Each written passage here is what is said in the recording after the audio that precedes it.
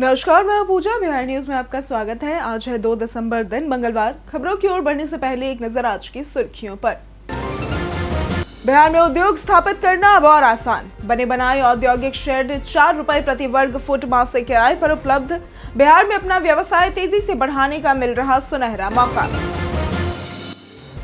Matric व inter परीक्षा 2026 की तैयारी के लिए क्रैश कोर्स का होगा आयोजन। कक्षा 10वीं और 12वीं के छात्रों की 100% उपस्थिति होगी सुनिश्चित। प्रधानाध्यापक करेंगे नोडल नियुक्त। बिहार में सीएनजी बसों का होगा विस्तार। वर्तमान में निगम द्वारा 840 बसों का हो रहा परिचालन। नई बसों की खरीद पर विभागीय मंथन हुआ शुरू। बिहार डीएलएड काउंसलिंग 2025 रजिस्ट्रेशन प्रक्रिया हुई शुरू। छात्र 5 दिसंबर 2025 तक कर सकते हैं ऑनलाइन रजिस्ट्रेशन। 26 नवंबर को जारी हुआ था रिजल्ट। विधानसभा सत्र के दूसरे दिन 7 नवनिर्वाचित विधायक लेंगे शपथ। पहले दिन 236 सदस्यों ने लिया था शपथ। मंत्री मदन सहनी भी रहे अनुपस्थित। 31 दिसंबर से पहले घर बैठे आसानी से करें आधार से पैन लिंक। 1 जनवरी 2026 से पैन हो जाएगा इनऑपरेटिव। 1 जनवरी के बाद ₹1000 देना होगा शुल्क। हार्दिक पांड्या जल्द करेंगे क्रिकेट के मैदान में वापसी। बीसीसीआई के सेंटर ऑफ एक्सीलेंस से मिला फिटनेस क्लियरेंस। दक्षिण अफ्रीका के खिलाफ T20 सीरीज में हो सकते हैं शामिल। चलिए अब बढ़ते हैं अब तक की 25 बड़ी खबर की ओर विस्तार से। OICL में एओ के 300 पदों पर निकली भर्ती। ओरिएंटल इंश्योरेंस कॉर्पोरेशन लिमिटेड यानी कि OICL ने प्रशासनिक अधिकारी यानी कि एओ के 300 पदों के लिए भर्ती निकाली है, जिसमें 285 जनरलिस्ट और 15 हिंदी अधिकारी शामिल हैं। आवेदन 1 से 15 दिसंबर 2025 तक लिए जाएंगे। योग्यता किसी भी विषय में स्नातक। शुल्क जनरल, OBC, EWS के लिए ₹1000 और SC, ST व दिव्यांग के लिए ₹250 है। चयन प्रक्रिया प्रीलिम्स, मेंस, इंटरव्यू और डॉक्यूमेंट वेरिफिकेशन के आधार पर होगी। विधानसभा सत्र के दूसरे दिन 7 नवनिर्वाचित विधायक लेंगे शपथ। 18वें बिहार विधानसभा के पहले सत्र में नवनिर्वाचित 236 सदस्यों ने शपथ ग्रहण किया।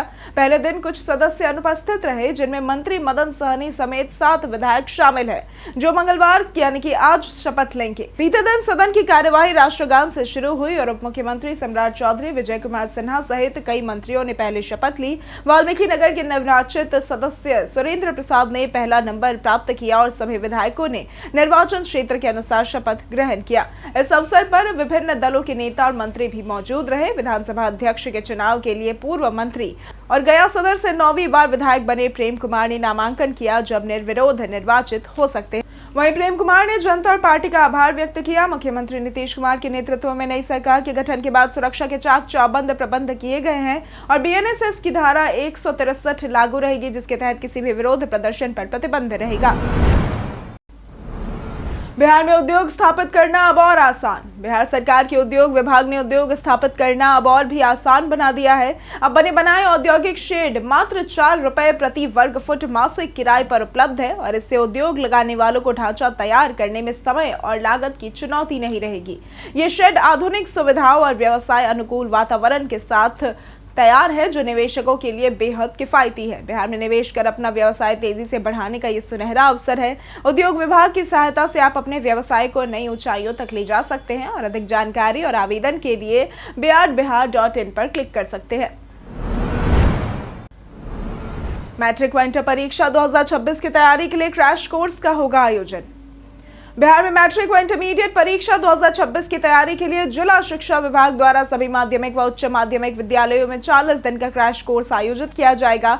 इसमें कक्षा 10वीं और 12वीं के छात्रों की 100% उपस्थिति सुनिश्चित होगी। प्रधानाध्यापक नोडल नियुक्त करेंगे और अभिभावकों से बैठक कर जानकारी दी जाएगी। क्रैश कोर्स में मुख्य topic, practical set, model paper और रिविजन पर ध्यान दिया जाएगा। कमजोर छात्रों के लिए हैंड होल्डिंग की व्यवस्था होगी। साप्ताहिक मूल्यांकन और प्रगति रिपोर्ट तैयार की जाएगी। मैट्रिक में 59,998 और इंटर में 52,952 छात्र पंजीकृत है। बिहार में सीएनजी बसों का होगा विस्तार। बिहार राज्य सरकार प्रदूषण मुक्त परिवहन को बढ़ावा देने के लिए BSRTC के बेड़े में CNG और इलेक्ट्रिक बसों की संख्या बढ़ा रही है। वर्तमान में निगम 840 बसें चला रहा है, जिनमें 266 सीएनजी, 25 इलेक्ट्रिक और 593 डीजल बसें शामिल है। नई बसों की खरीद पर विभागीय मंथन शुरू हो गया है। राज्य में 187 रूट पर नियमित और 14 अंतर्राज्यीय बसें चल रही हैं। महिलाओं के लिए 100 पिंक बसों का संचालन किया जा रहा है, जो पूरी तरह से सीएनजी और इसमें CCTV, GPS, panic button, mobile charging, sanitary pad, vending machine जैसी सुविधाएं भी हैं।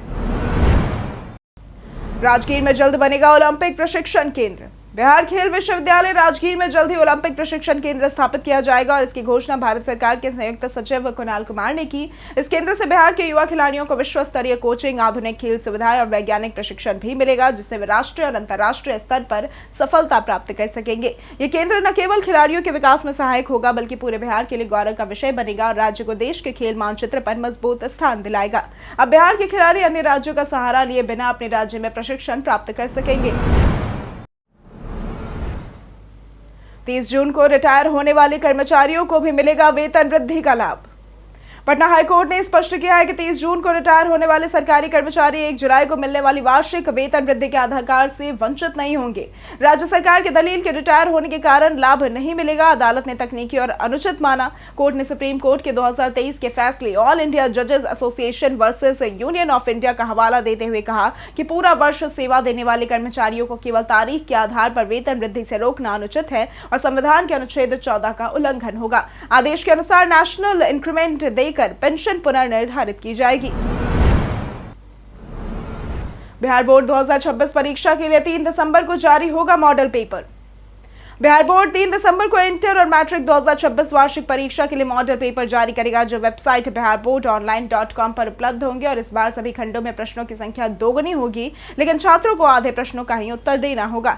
मैट्रिक विज्ञान का पेपर 35 पन्ने और संस्कृत 21 पन्ने का होगा। गणित में 138, विज्ञान में 110 प्रश्न होंगे। इंटर भौतिकी में 96 प्रश्न, वस्तुनिष्ठ 70 होंगे। छात्र 35 उत्तर देंगे। सभी विषयों में 15 मिनट अतिरिक्त समय भी मिलेगा। वार्षिक परीक्षा में लघु और दीर्घ उत्तरीय प्रश्नों में भी विकल्प दोगुने होंगे।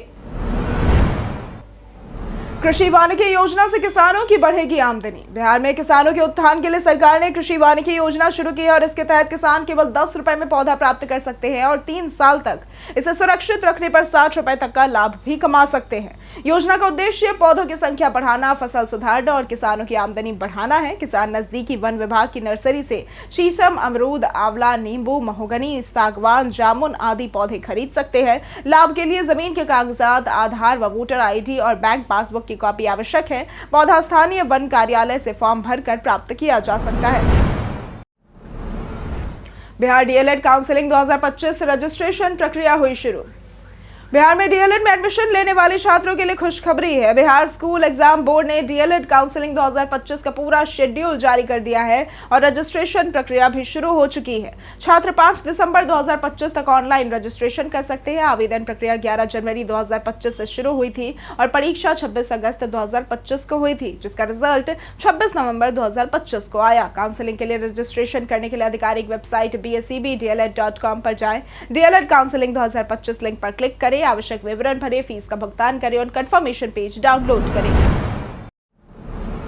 बिहार में ग्रीन फिल्म सिटी का होगा निर्माण। मुख्य सचिव प्रत्यय अमृत ने बिहार में ग्रीन फिल्म सिटी की स्थापना की घोषणा की, जिसमें पर्यावरण सम्मत अवसंरचना और सतत विकास को प्राथमिकता दी जाएगी। उन्होंने संबंधित विभाग को विस्तृत कार्य योजना तैयार करने के निर्देश दिए और यह परियोजना राज्य के सांस्कृतिक विरासत, तकनीकी विकास और आर्थिक प्रगति को नए आयाम देगी। बिहार को फिल्म उद्योग का उभरता केंद्र बनाने के लिए निवेशकों ने बैठक में निवेश और सहभागिता की रुचि दिखाई। फिल्म सिटी में आउटडोर और indoor shoot set, post production, media corporate centre विकसित किए जाएंगे और ये न केवल रोजगार सृजन करेगा, बल्कि राज्य की राष्ट्रीय और अंतर्राष्ट्रीय ब्रांडिंग में भी मदद करेगा। अब स्मार्टफोन में अनिवार्य होगा संचार साथी ऐप। भारत सरकार ने स्मार्टफोन कंपनियों से 90 दिनों के भीतर संचार साथी ऐप को नए फोन में प्री इंस्टॉल करने का निर्देश दिया, जिसे न हटाया जा सकेगा। यह ऐप साइबर सुरक्षा बढ़ाने, धोखाधड़ी कॉल या एसएमएस की रिपोर्ट, गुम या चोरी फोन का IMEI ब्लॉक, नाम पर जारी सिमों की जांच और असली नकली फोन की पहचान जैसी सुविधाएं देता है। इस ऐप की मदद से अब तक 7 लाख से भी अधिक खोए व चोरी हुए फोन बरामद किए जा चुके हैं। सप्लाई चेन में मौजूदा पुराने फोन के लिए कंपनियां सॉफ्टवेयर अपडेट के जरिए ऐप उपलब्ध कराएंगी। संपत्ति कर बकायेदारों को मिली टैक्स माफी की सुविधा। बिहार सरकार ने नगर पालिका संपत्ति कर प्रोत्साहन ब्याज एवं जुर्माना छूट योजना 2025 लागू की है, जो 31 मार्च 2026 तक प्रभावी रहेगी। इसके तहत शहरी क्षेत्रों के होल्डिंग टैक्स बकायेदार बिना ब्याज और जुर्माना के बकाया टैक्स जमा कर सकते हैं। लखीसराय नगर परिषद द्वारा व्यापक प्रचार किया जा रहा है और वर्ष 2006 में हुए सर्वे में 20,000 से अधिक होल्डिंग चिन्हित हुए थे, जिनमें कई वर्षों से टैक्स बकाया है। करीब 1.5 करोड़ रुपए अब भी बकाया है और योजना के तहत इस वर्ष अब तक 90 लाख रुपए राजस्व प्राप्त हुआ है। 31 दिसंबर से पहले घर बैठे आसानी से करें आधार से पैन लिंक। सीबीडीटी ने सभी भारतीय नागरिकों के लिए आधार पैन लिंक करना अनिवार्य किया है। जिनका पैन 1 अक्टूबर 2025 या उससे पहले बना उन्हें 31 दिसंबर 2025 तक लिंक करना अनिवार्य होगा, अन्यथा 1 जनवरी 2026 से पैन इनऑपरेटिव हो जाएगा और इससे ITR filing, refund, salary credit और एसआईपी जैसे वित्तीय प्रक्रियाएं प्रभावित होंगी। आधार एनरोलमेंट आईडी से पैन बनवाने वालों को भी पुनः लिंक करना होगा। लिंकिंग इनकम टैक्स वेबसाइट पर पैन, आधार और मोबाइल नंबर दर्ज कर ओटीपी वेरिफिकेशन से की जा सकती है। पैन इनऑपरेटिव होने पर 1000 रुपए शुल्क देना होगा। खुशहाल शादी के लिए मनोज वाजपेयी ने दिए लोगों को टिप्स। मनोज वाजपेयी जो द फैमिली मैन के नए सीजन के बाद फिर चर्चा में हैं, उन्होंने अपनी 19 साल की शादीशुदा जिंदगी कुछ महत्वपूर्ण रिलेशनशिप टिप्स साझा किए। उन्होंने बताया कि शादी को लंबे समय तक सफल बनाने के लिए अहंकार और घमंड को दूर रखना बेहद जरूरी है। उनके अनुसार प्यार करना आसान नहीं होता, क्योंकि इसमें स्वयं के अहम और जिद को त्यागना पड़ता है। रिलेशनशिप एक्सपर्ट भी मानते हैं कि अहंकार रिश्तों में दूरी लाता है और तालमेल बिगाड़ देता है। इसलिए सफल और खुशहाल वैवाहिक जीवन के लिए विनम्रता और समझदारी जरूरी है। सरकारी स्कूलों में 11 दिसंबर को मनाया जाएगा भारतीय भाषा उत्सव। बिहार के सरकारी स्कूलों में 11 दिसंबर को भारतीय भाषा उत्सव मनाया जाएगा और इसके साथ ही 4 से 11 दिसंबर तक भाषाई गतिविधियां आयोजित की जाएंगी। यह आयोजन केंद्रीय शिक्षा मंत्रालय के निर्देश पर किया जा रहा है, जिसमें महाकवि सुब्रमण्यम भारती की जयंती के अवसर पर स्कूलों में भाषाई कार्यक्रम शामिल है। बिहार शिक्षा परियोजना परिषद के राज्य परियोजना निदेशक मयंक वरवड़े ने सभी जिला शिक्षा अधिकारियों को आवश्यक निर्देश दिए हैं। स्कूलों के साथ साथ संकुल और जिला स्तर पर भी कार्यक्रम होंगे। प्रतिदिन गतिविधियों की रिपोर्ट गूगल ड्राइव पर मांगी गई है और 11 दिसंबर के उत्सव की रिपोर्ट, फोटो एवं शॉर्ट वीडियो 15 दिसंबर तक जमा करने हैं। जानिए आज कैसा रहेगा बिहार के मौसम का मिजाज। बिहार मौसम सेवा केंद्र के अनुसार अगले 2 दिनों में राज्य के कई जिलों में मौसम में बदलाव के संकेत है। पश्चिमी और पूर्वी चंपारण, सीतामढ़ी, शिवहर, मुजफ्फरपुर, मधुबनी, दरभंगा, पटना, भागलपुर समेत कई इलाकों में सुबह और रात के समय हल्का से मध्यम कोहरा छाने की संभावना है। पछुआ हवाओं की गति 30 किलोमीटर प्रति घंटे तक बढ़ सकती है, जिससे ठंड महसूस होगी। न्यूनतम तापमान 10 से 14 डिग्री सेल्सियस और अधिकतम तापमान 24 से 28 डिग्री सेल्सियस रहने की संभावना है। सुबह और रात में ठंड ज्यादा रहेगी, लेकिन दिन में मौसम आरामदायक रहेगा। लोगों को गर्म कपड़े पहनने और बच्चों बुजुर्गों का ध्यान रखने की सलाह दी गई है। किशनगंज चेक पोस्ट पर पुलिस ने 1 करोड़ का सोना किया बरामद। बिहार के किशनगंज जिले के रामपुर चेक पोस्ट पर उत्पाद विभाग और पुलिस की संयुक्त टीम ने देर रात टाटा नेक्सन कार से करीब 1 किलो 400 ग्राम सोना बरामद किया और इसकी बाजार में कीमत लगभग 1 करोड़ 60 लाख रुपए है।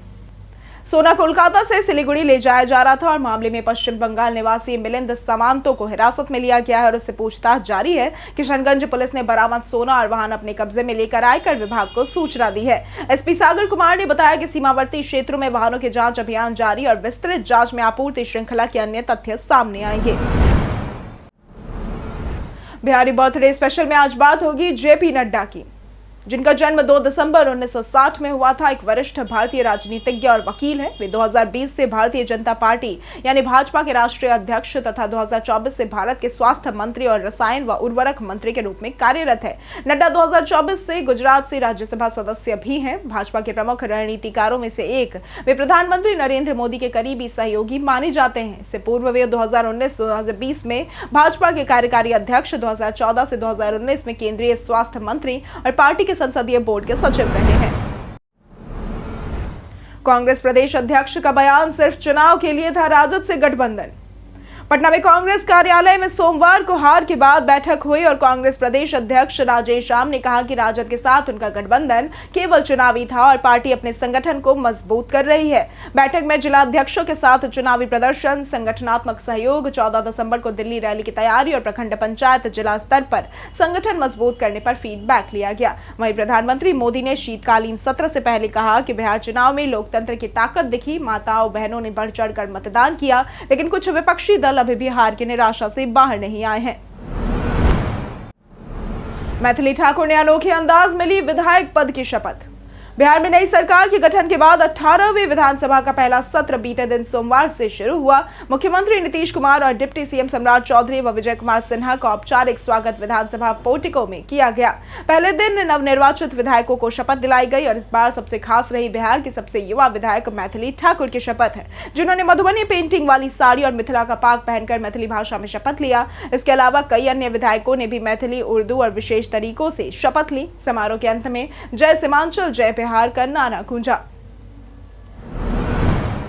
हार्दिक पांड्या जल्द करेंगे क्रिकेट के मैदान में वापसी। भारतीय ऑलराउंडर हार्दिक पांड्या चोट से उबरकर वापसी के लिए तैयार है और उन्हें बीसीसीआई के सेंटर ऑफ एक्सीलेंस से फिटनेस क्लियरेंस मिल गया है और वे दक्षिण अफ्रीका के खिलाफ T20 सीरीज में खेल भी सकते हैं। इससे पहले वे 2 दिसंबर को सैयद मुश्ताक अली ट्रॉफी में पंजाब के खिलाफ और 4 दिसंबर को गुजरात के खिलाफ बड़ौदा की ओर से खेलेंगे।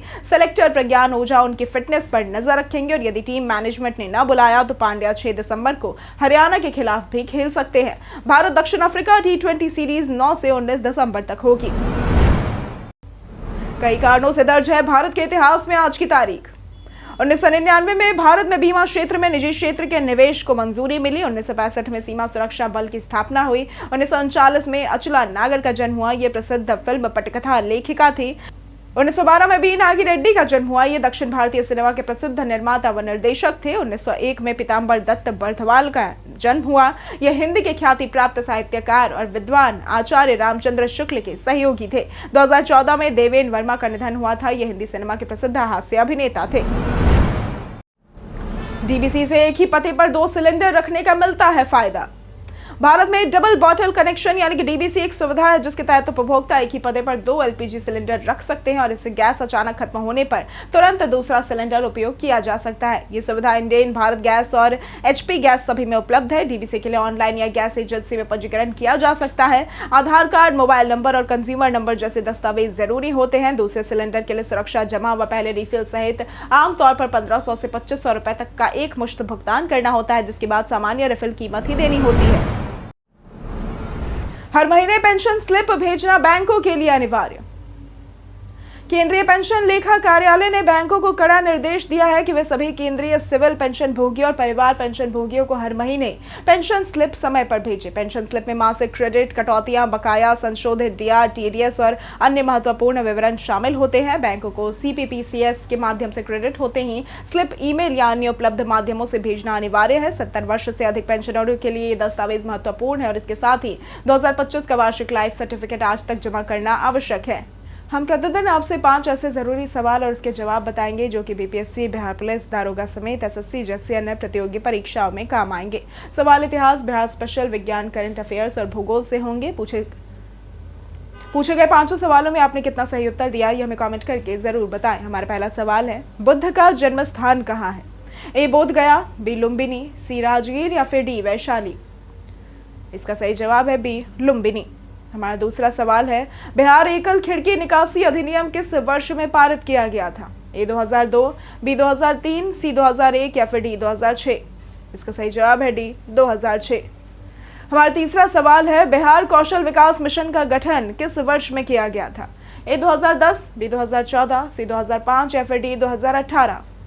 इसका सही जवाब है ए 2010। हमारा चौथा सवाल है, रामधारी सिंह दिनकर की पहली प्रकाशित काव्य कृति कौन सी थी? ए नीम के पत्ते, बी दिल्ली, सी विजय संदेश या फिर डी प्राणभंग? इसका सही जवाब है सी विजय संदेश। हमारा पांचवा सवाल है, बिहार में नया कृषि एवं डायरी विकास केंद्र कहाँ स्थापित करने का प्रस्ताव है? ए सिवान, बी भागलपुर, सी नालंदा या फिर डी मोतिहारी? इसका सही जवाब है डी मोतिहारी। बीते दिन हमारे द्वारा पूछे गए सवाल का जवाब आप लोगों में से बहुत लोगों ने हमारे कमेंट सेक्शन में लिख कर दिया है। जिन्होंने हमारे द्वारा पूछे गए सवाल का जवाब दिया है, इनके नाम है राम बाबू यादव, कुश कुमार यादव, राजीव कुमार, अवधेश कुमार, ब्रजमोहन राय, आत्माराम मंडल, पंचानन सिंह, वीना कुमारी, शंकर सिंह, पंकज राज, मनोज दास, बिट्टू कुमार, विकास कुमार, पवन सिंह, अतीक खान, लक्ष्मी मेहता, चंपा देवी, विजेंद्र सिंह, सिंटू कुमार, पुष्पा रानी, सभ्या झा, राजेश मांझी, राजीव कुमार, रुद्राक्ष कुमार, मुरली पासवान, लखन सिंह, शारदा कुमारी, आर्या सिन्हा, राम बच्चन, दीपक कुमार और गीता देवी। इसी के साथ बढ़ते हैं आज के सवाल की ओर। आज का सवाल है, क्या बिहार में शिक्षा व्यवस्था पहले से बेहतर हुई है? आप अपना जवाब हमें हमारे कमेंट सेक्शन में लिखकर जरूर बताएं। आज के लिए सिर्फ इतना ही। बिहार की तमाम खबरों के साथ बने रहने के लिए देखते रहे बिहारी न्यूज़। और साथ ही अगर आप यूट्यूब चैनल पर देख रहे हैं तो चैनल को सब्सक्राइब करें, और अगर आप फेसबुक पेज पर देख रहे हैं तो लाइक और फॉलो जरूर करें।